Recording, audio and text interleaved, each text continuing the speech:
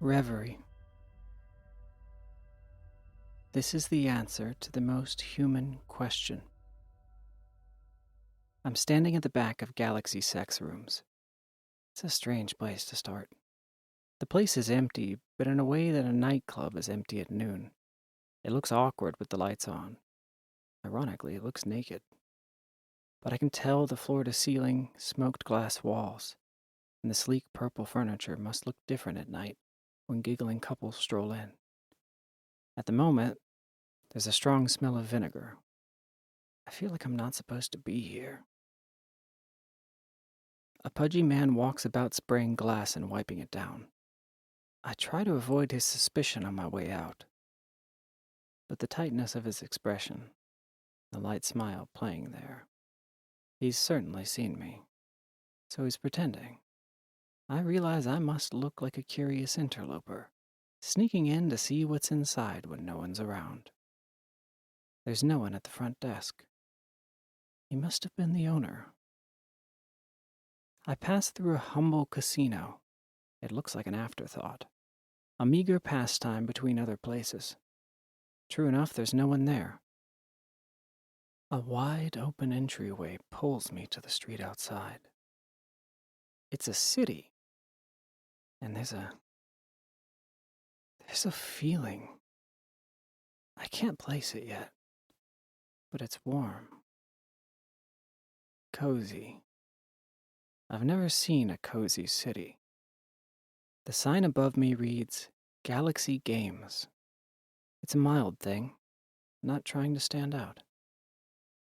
There's a road, but the cars are so uncommon as to be novelties. I take the thin sidewalk, enraptured by sights and smells. I'm drawn to an open-air sidewalk bar, where patrons sit on swiveling high-top stools. It's all brass and chrome and dark hardwood. The bartender is in her 70s or 80s. It's hard to tell. She catches my gaze and matches it. She's charmed, I realize. I break the fragile connection and she delves back into the bustle of conversation. Cheerful calls for drink, and playful insults tossed back and forth across the bar. I can't make out the words, but the tone speaks well of them. This is the kind of talk that only long friends can manage. But what shakes me is that they're old. Everyone at the bar is old. Shocking white hair and thoughtfully wrinkled faces. They are what old is supposed to be. It's in their spiffy, ironed clothes. It's the way they lean far out of their chairs to speak. They are so much less alone. They look like a Norman Rockwell painting. Something better than life caught in a single frame.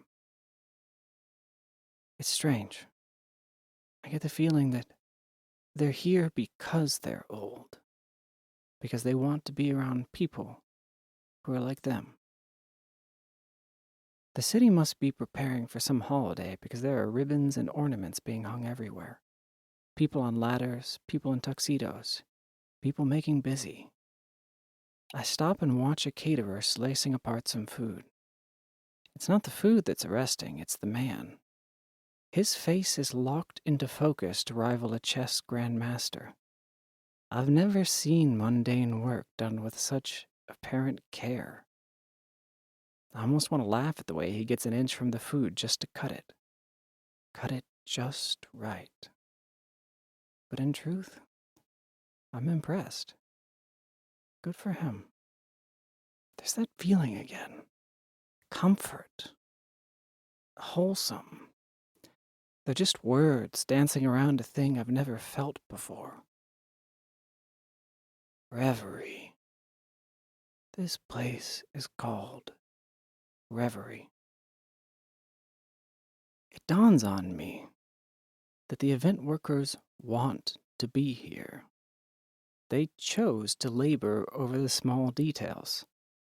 The old people at the bar chose to be old. Even the fat owner of Galaxy Sex Rooms chose to be that way. He is unattractive in a way that lets his guests focus on each other. And for a certain kind of person, though, he is exactly attractive. He certainly seemed huggable. I wandered toward the leading edge of a building-sized folding fan. Every space blends naturally into the next. Each place is open enough to welcome you, but closed enough to tempt your curiosity. Everything invites further discovery without begging. There is no begging of attention from the people or the places. I get the feeling the currency is very different here from where I live. It is romantically dim beneath the fan. Hundreds of candlelit tables are strewn in thoughtfully messy groups. Couples seated in hushed conversations, holding hands and walking the garden path. Looking up at the firefly lighting, white marble balconies, and glass elevators that seem to glow with orange reflected light. It's a hotel, a destination. A wave of discreet servers move across the lawn, weaving through the tables in some pre-planned, coordinated pattern. It almost looks like a show. The people at the tables point at the servers with eager delight. "And look at this," they seem to say. The servers pause at each table to hand out a paper cone of spiced popcorn. There is no money exchanged. "Happy Valentine's Eve," I hear a server murmur. It seems like a ridiculous thing to celebrate, but the guests are awed by this surprise, and I'm given the impression that today, like most days, these servers will go home weary, aching, but full. Despite their stiffness, their minds are still whirring for tomorrow and new ways to surprise, delight, and be of service. They are paid in gratitude, and their service is received with the mutual understanding that it is a gift freely given. The weight of that gift is astounding. There are people who choose to serve.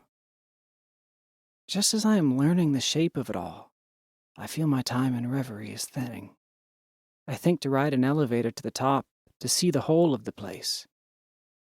I step into a quiet marble hallway. A long white desk blocks the path deeper into the hotel. A man in a fine gray suit fixes a stern look on me. Even at this distance, his body language tells me I will be rejected at the desk. That is the owner of the hotel. It's his place, and he takes its operations seriously. He is utterly dedicated, an inspiration to the people who work here. And like each of them, he chooses to be here. He has chosen to operate a hotel, but he isn't trapped by it. If he truly wished, on any day, he could simply walk out and seek some new passion. But the hardness of his eyes, the pride in his posture, they tell me that that may be a very long, long time. There are rules here in his place, and I'm not on the list. So, I turn to walk back through the fan-shaped building, knowing that without looking, it will be open at the other end. In that strange way, the places here flow naturally into one another. A chain of possibilities. A city designed enough to be seamless, but somehow still organic and spontaneous. I can feel my time in Reverie coming to an end. Whatever invisible thread is holding me here is growing taut. It's about to snap me back to where I belong. I'm desperate to stay. Ahead of me is a park of some kind where people play the kind of sports I could scarcely imagine. There are courts enclosed by a chain-link cage that have a net like tennis except 10 feet off the ground.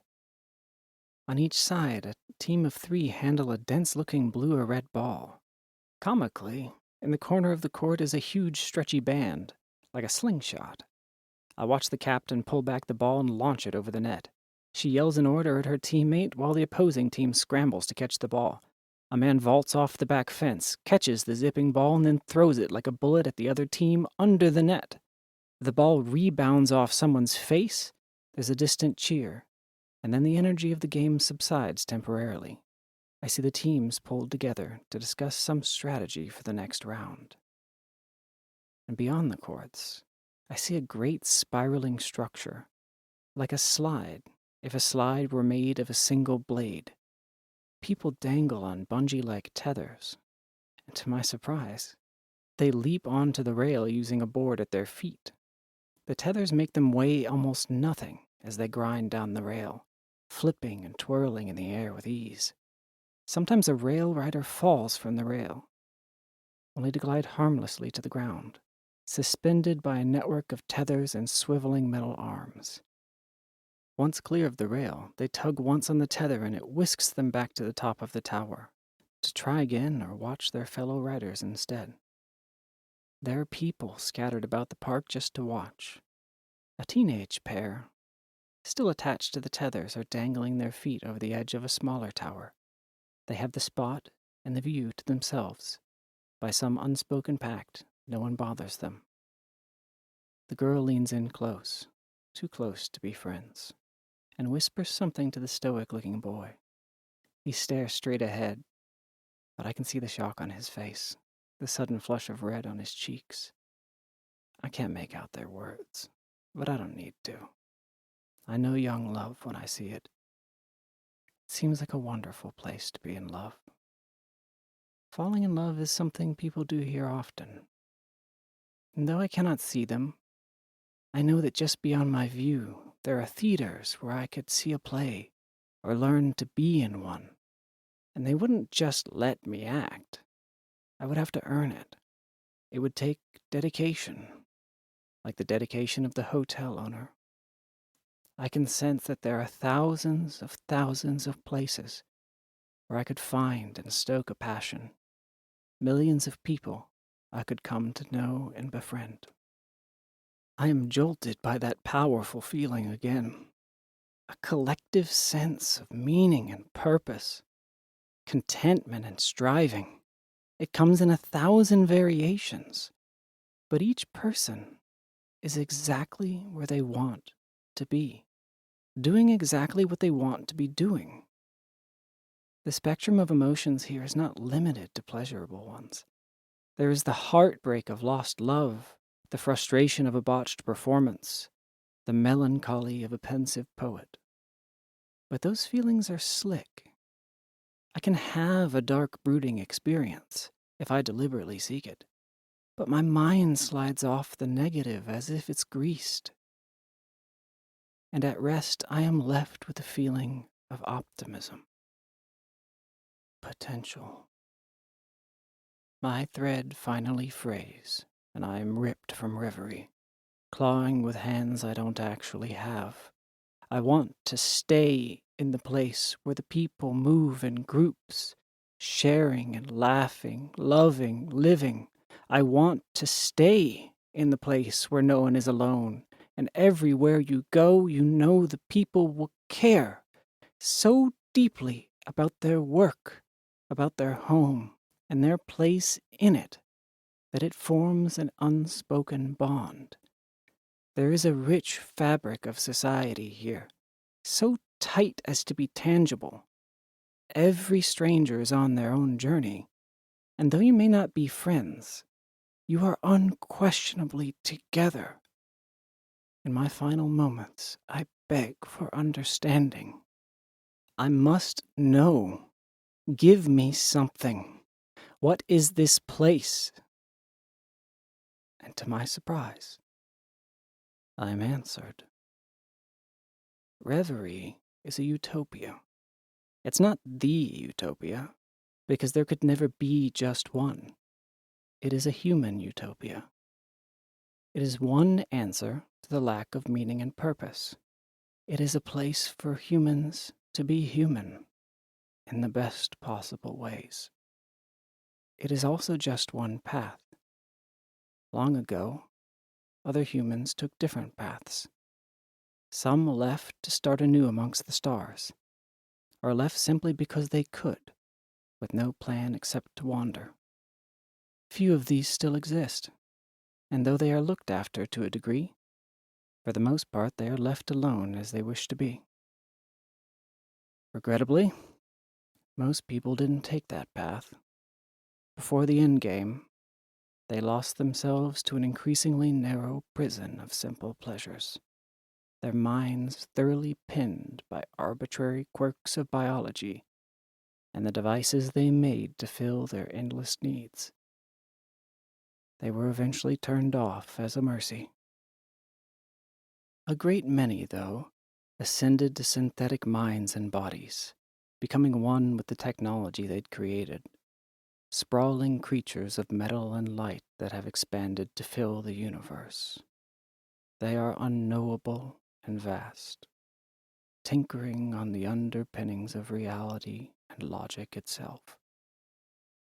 Reverie is a gift they left for those of us who hadn't lost their way, but wanted to stay human. They are the only ones left, and this is their answer to the most human question.